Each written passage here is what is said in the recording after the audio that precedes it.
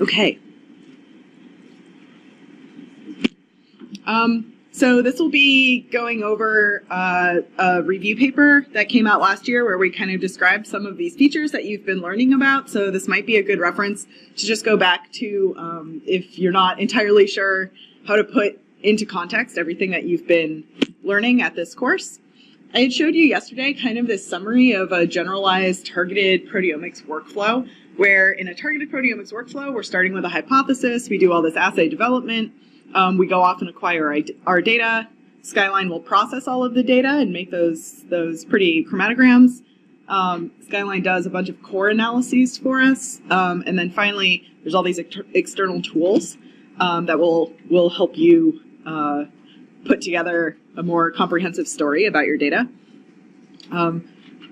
All of these kind of lines in these boxes are some of the things that we have touched on that hopefully you have enough information now to go out and Google the right keywords or find the right resources to dive deeper into them. It's only a 2.5-day course, so the best we can do is show you a little bit of the breadth and go deep dive into a couple things, but there's a ton of resources out there for you to expand on any of these skills that you think is important for your research.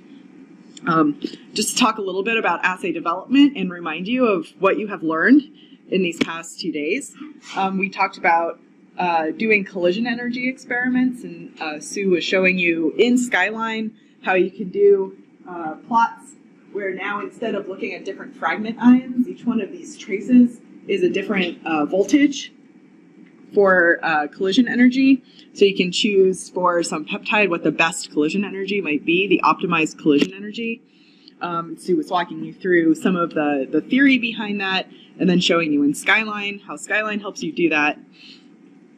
She was showing you kind of how Skyline will make these plots for you to visualize the collision energy equations. We talked a lot about retention time, both in the context of using Skyline to look at chromatography. We looked at points across the peak. We talked about indexed retention time and using the IRT calculator a lot. We talked about the retention time pain, things like SSR calc versus IRT, doing the setting up the regression and using that regression retention time pain to see peptides that are maybe mispicked or peptides that maybe are not particularly good chromatography shape. They have weird peak shapes. We talked a little bit about scheduling versus unscheduled runs and how a scheduled run, while it takes a little bit more effort to set up, when you think about that triangle, you can get a lot more targets and a lot more points across the peak by doing a scheduled method versus doing an unscheduled method. We talked about how of your options, if you're not using index retention time, by spiking in those retention time standard peptides or by using some endogenous set of peptides that exist always in your samples, how SSR calc is another option. It's just not as good as index retention time. And now, so people had been asking, like, why, when I'm looking at this data, it's so obvious to me which peak is right, but Skyline picked this other peak when it looks so obviously wrong. So this is a very brief description of how Skyline is doing these vendor-neutral peak area calculations. So we're going to kind of walk through one of the figures in this review. So I had drawn this out for a couple people, but just to reiterate, mass spectrometry data you can kind of think of as an ion map, where on one dimension we have the mass to charge, on another dimension we have retention time, and then there's another dimension kind of coming out at you, that's the intensity.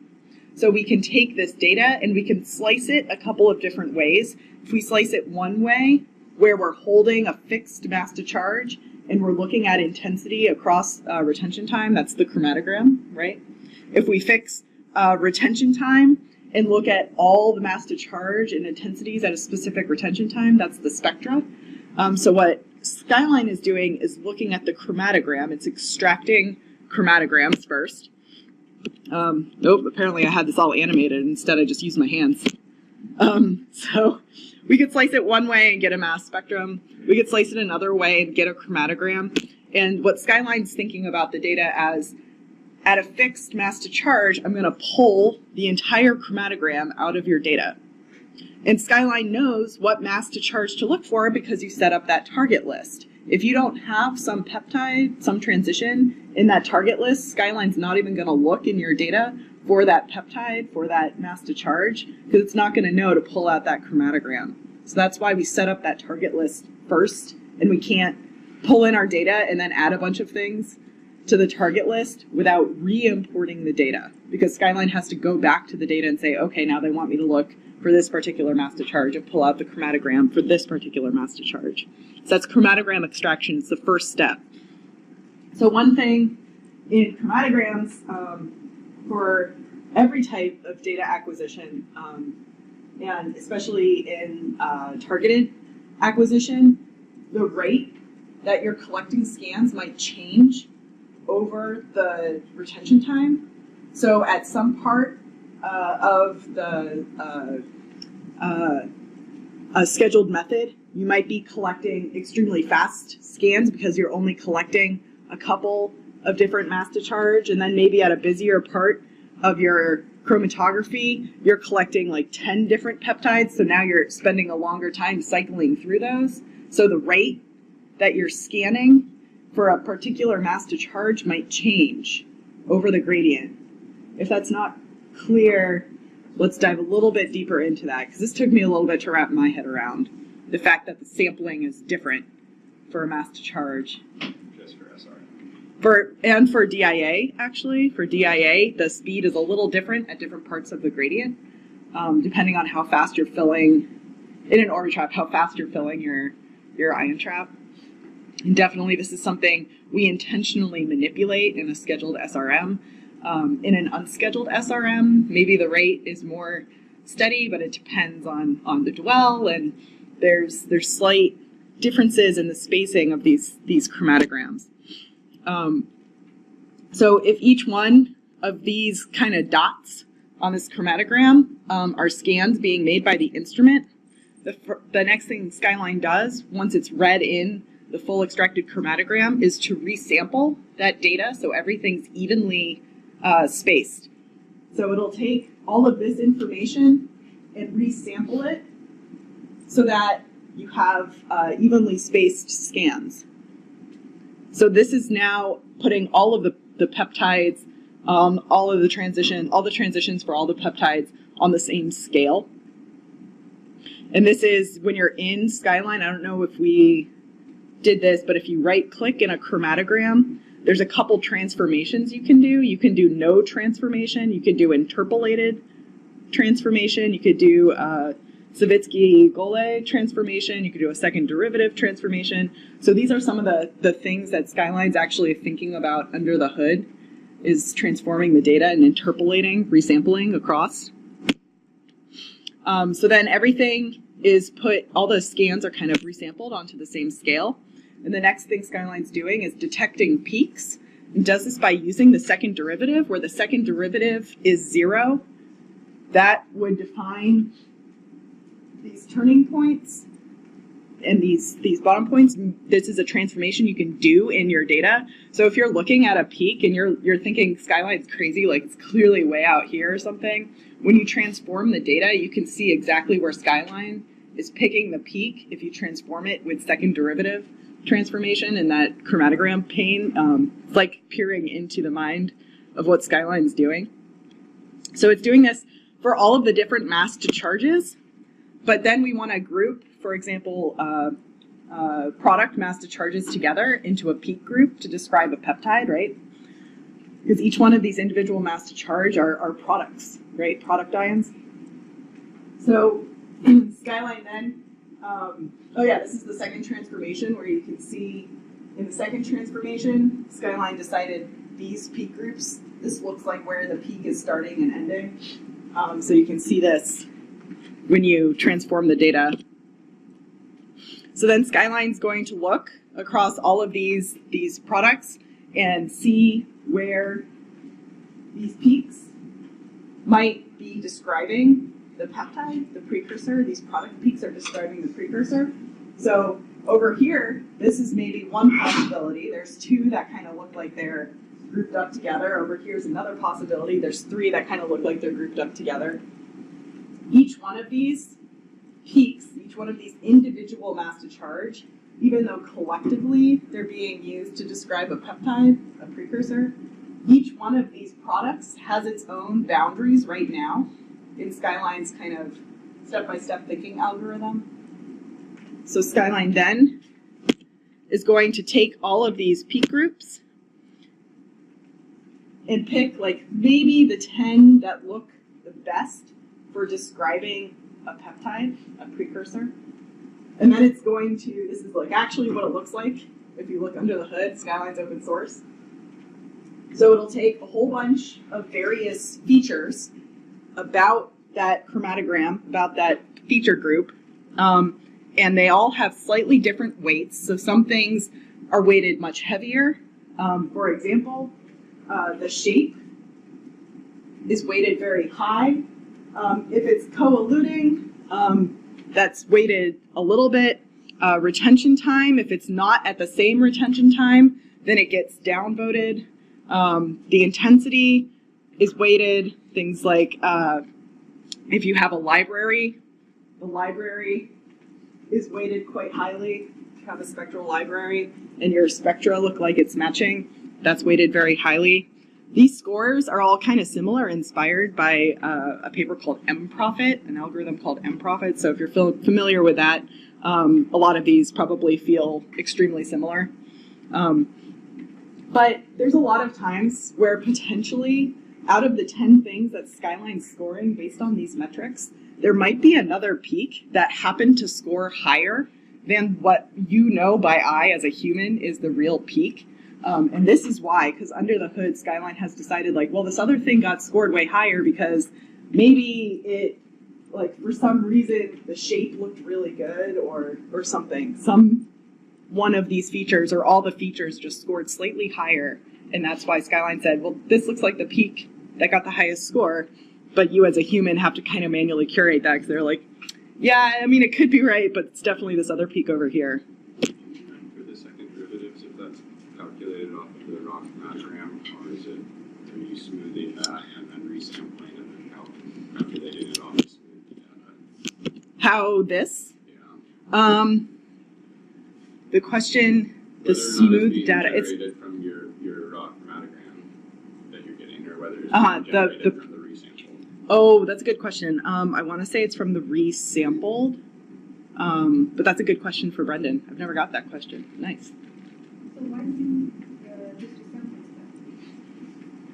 that? It's because putting all of the products, all of these various MZs, they're each individual product MZs that it's pulling out, right? And then it's going to try to group product MZs together in such a way that we can describe all the products that came from the same precursor. And so to do that, it's easier to resample the data than to try to use scans that were probably not sampled the same rate. Did that? From an algorithm perspective, it also becomes really, really difficult to do linear integration or trapezoidal integration if you don't have consistent. It's kind of just a faster way of doing it. If we use the resampled versus if we don't resample. It also makes it a lot easier to compare data from all these different MZs. You can see in Skyline what the raw looked like, and you can see in Skyline just recently within the last year, if you go drill down to one of the product mass to charges and select a product mass to charge, Skyline will now show you each individual scan where it happened. So you can drill down more into the raw data. Previously, kind of the raw data was hidden from you. You can only see the resampled data. But as far as processing your data, it's easier for Skyline to resample. I don't think there's any plans to not resample in the future. Are there more questions kind of about up to this slide? So one of the last things Skyline is doing is placing, see how I'm doing for time. Oh, I'm doing fine. Skyline is taking, for example, in this very messy data, the signal and doing background subtraction for you. So you may have noticed when you were looking at all these chromatograms, they sit very nicely on 0, and real data doesn't actually look like that. Real data is not actually sitting right at a 0 baseline, and that's because Skyline's doing background subtraction for you and putting that line at where Skyline has calculated the background. And it's doing background subtraction in a pretty common way, just using the trapezoid under the signal to calculate the background here. So it's just saying I'm going to take this value from my total signal, subtract it out, and that's going to be your actual signal. Yes? Can you shade the value for this subtraction? Show the background that Skyline has subtracted? I don't think so. To look for that, I would look in the document grid, results grid. I would look in the results grid, and there's the little binoculars tab, and I would look for background and see if it can do that. I know at one point I had talked about wanting background because I wanted to do some calibration curve modeling. So I was like, what if we just added the background back in? That's a good question. You have a sloping baseline. How does it deal with Trapezoid. It'll do a trapezoid instead of just like. the trapezoid and then kind of phase shift? Yeah, so if it's like one point and then the other point, it'll just draw the trapezoid that way, and then yeah. So this under the hood is all happening while Skyline's showing you that cute little animation of like chromatograms growing and shrinking, and it's super colorful, but this is actually what it's thinking about. That's why it's showing you like, oh, I just extracted this one MZ and then I extracted this MZ. That's why it's so much faster when you have less targets, because it's looking for less MZ values to extract those chromatograms. This is why it takes so long when you have for example, Skyline set up so that you're not using retention time, because you can imagine if Skyline's going to extract a chromatogram from time 0 to time 90 minutes for a mass to charge, it's going to take a lot longer for it to go through all of these steps, versus if you tell Skyline only look in this 5-minute window. So that's kind of why the different speeds happen, and there's some kind of helpful steps you could take before you import your data to improve Skyline's ability to pick your peaks, like setting up the spectral library. That'll help it score the right peak. There's some advanced peak picking models that you can do in Skyline if you're feeling kind of like bioinformatically courageous. And that'll help ensure that Skyline is showing you the right data. I'll go really quickly through this because you guys are now all pros at all of these core analyses. But you can see chromatograms in a lot of different ways. You can see retention time in a lot of different ways. You can see peak area in a lot of different ways, and all of these dynamically update if you change anything about the document. You can group your data. So we were playing around with the annotations and showing the group by and the normalizing. We didn't get into this yet because you're going to be doing it later on in the course. If you're not sticking around in the course to do this later, feel free to look in the tutorials in the website, but you can do group comparisons, so differential statistics, and make, the canonical like volcano plots and everything right there natively in Skyline. You guys are all pros, at least at a high level on this, and now you can go back and tell everyone everything you know. We talked a little bit about some of the additional tools, the external tools that you can use with Skyline. There's a ton of them. I'll highlight some of the ones I think might be best. Setting up external tools is extremely easy, both as a user of external tools and as a bioinformatician who might have a tool that the community finds interesting. It's pretty straightforward to get that put up into Skyline now. We'll be talking about SProCop for quality control and system suitability. This is an external tool that exists in Skyline. MSstats is an extremely popular, I think the most popular external tool in Skyline. You'll be learning so much more about that here. MS1 Probe, if anybody is maybe coming from a survey or untargeted background and taking the course for targeted, there's Birgit Schilling has this process for using precursor level quantitation from DDA data.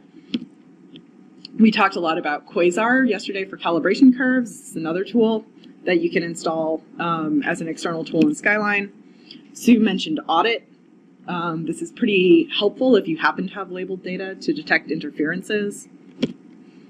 There is going to be this afternoon a little bit more talk about things like Panorama and a little bit about Chorus. So these are kind of broader extensions of Skyline. Panorama is for sharing Skyline documents. Chorus is for sharing raw data. Skyline has been getting more and more into calibration curves and calibration of MS signal. There's a command line version of Skyline if you're a bioinformatician and you want to just pipe everything together. It's called Skyline Runner, and you can learn more about that on the website. I know some of the people in my lab have been using it to set up pipelines so that it'll do all the DIA data analysis from searching an encyclopedia, from converting the data files, searching them, dumping them into a Skyline file. They're automating all of this so that you never have to open a GUI until you have your final document ready. So any instrument pretty much that exists, all the vendors that exist, tons of tools from the community. There's a ton of papers and a lot of kind of the most popular things sweeping the community. Skyline makes an effort to include tools. There's something like 1,000-something papers have been citing Skyline in the community. And now you are all equipped to start using this yourself and helping with your data analyses. And if you have any questions, I'm happy to take them. And if not, I think we're just about ready for break. This is all kind of written in the review if you want more information. There's tons of resources online on the Skyline source. If there's anything you feel still not quite like you grasped about Skyline in the course so far, we'll have a little bit after the break to go over some last minute things if anybody's just like, this definitely doesn't make any sense.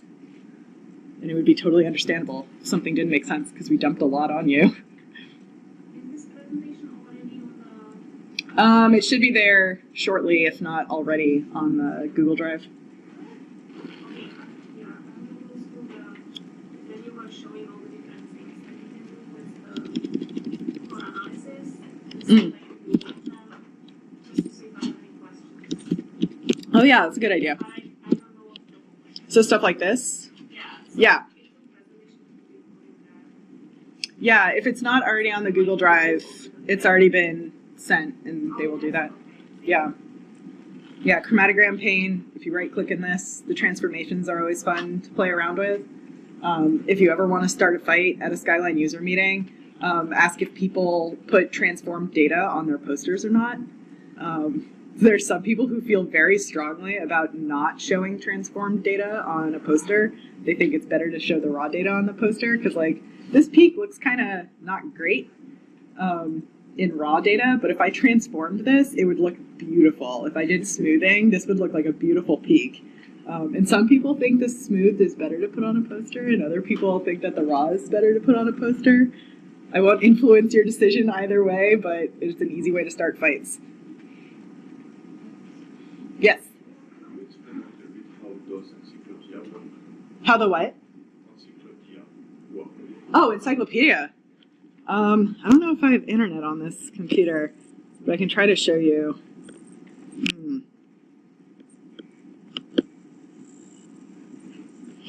Oh.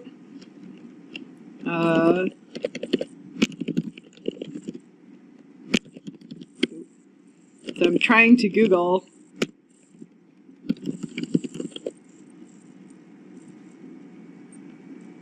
That's not, oh no, I don't know if this works, the trackpad.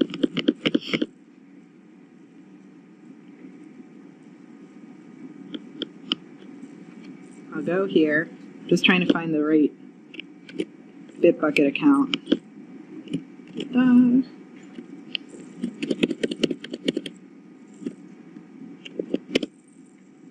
I found it. This is weird. So encyclopedia is a piece of software written by Dr. Brian Searle. If you use Scaffold, it's the same Brian Searle.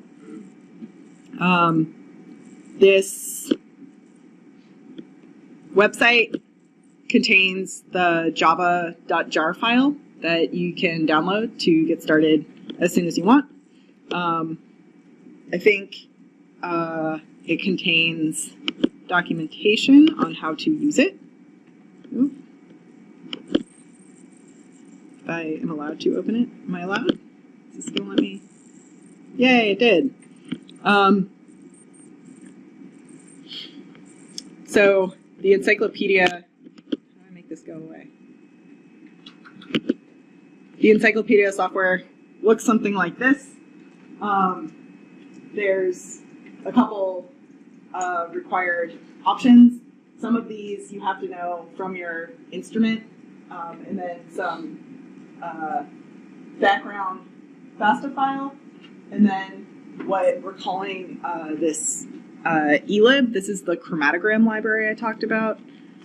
You would create your chromatogram library from those very narrow gas phase fractionated from the pooled sample files.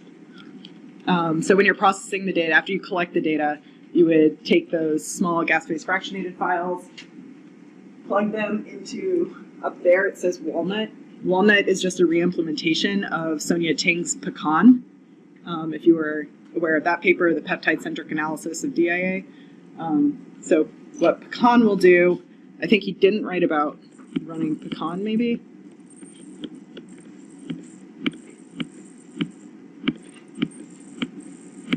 Oh, this is so long. He didn't write about Pecan. So what we do is if we have, say, 10 vials of sample, 10 individual samples, we'll take a little bit of volume off of each of those 10, mix it together, and then multi-inject that mix in the small gas phase fractionated files. When we're doing this, everything's collected on the same column. So I walk up to the instrument. I have 10 samples plus my library pool. I walk up to the instrument. I set up my column. I do all my system suitability to make sure I'm good to go. I'll put 5 of my single samples in the acquisition queue, collect the 5. Then I'll put my library sample, collect my gas phase fractionations of my library sample, and then collect the other 5. We like to put the library in the middle of the acquisition queue, just because the library needs to be a good representation of the retention time in all of those samples. So we talked a little bit about how retention time will drift a little over time. So we like to stick it in the middle just in case there is any drift. We're capturing the retention time. Then once we get all of those data files off of our instrument, MS convert to convert the files from .raw. I'm a thermo user, so it's .raw, or your WIF files, whatever. We'll convert those files using MS convert, and then the library gets stuck into Walnut with the FASTA for whatever you're doing. Walnut will produce an ELIB. That ELIB gets stuck into here to analyze your quantitative, along with the same FASTA because it's presumably the same samples. And then you run, and it'll tell you all the peptides you found. You can save that ELIB file and stick it where you stick a spectral library in Skyline, and it'll show you all your data. So I think somewhere in here, Brian has full documentation in here or in the preprint, the bioRxiv paper. He goes into much more detail than that very brief.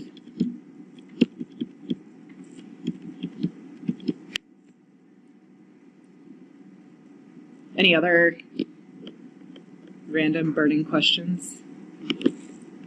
I did in the intro to DIA slides that will be up in the Google Drive. I included a link to this Bitbucket and a link to Brian's preprint. So you'll have those links shortly. Any other burning questions? If not, you are officially on break, but I'll be up here to answer more questions.